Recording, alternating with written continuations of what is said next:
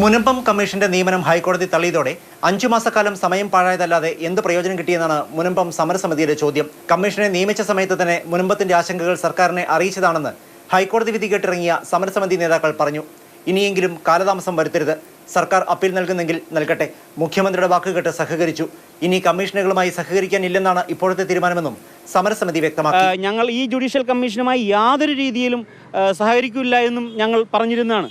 പക്ഷേ മുഖ്യമന്ത്രി പറഞ്ഞ ആ ഒരു ഉറപ്പിൻ്റെ അടിസ്ഥാനത്തിൽ ഞങ്ങൾ സഹകരിച്ചു. പക്ഷേ ഞങ്ങൾ അത് വൃഥാവിലായി. ഞങ്ങൾ ഗവൺമെൻറ്റിനെ വിശ്വസിച്ചു.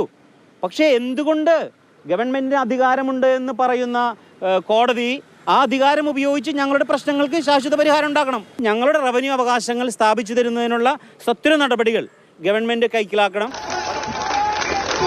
അതേസമയം വഖഫ് ബില്ലിനെതിരെ ഡൽഹി ജന്തർ മന്ദിറിൽ പ്രതിഷേധം അരങ്ങേറി. മുസ്ലിം വ്യക്തി നിയമ ബോർഡിന്റെ നേതൃത്വത്തിലായിരുന്നു പ്രതിഷേധം. ബിൽ പാർലമെന്റിൽ അവതരിപ്പിച്ചത് ജനാധിപത്യ മര്യാദയുടെ ലംഘനമാണെന്ന് പ്രതിഷേധക്കാർ ആരോപിച്ചു. ഹൈക്കോടതി വിധിയെപ്പറ്റി പ്രതികരിക്കാനില്ലെന്നും വഖഫ് ചെയ്തയാളുടെ ഉദ്ദേശ്യമാണ് പ്രധാനമെന്നും E T Muhammad Basheer M P ഡൽഹിയിൽ പറഞ്ഞു.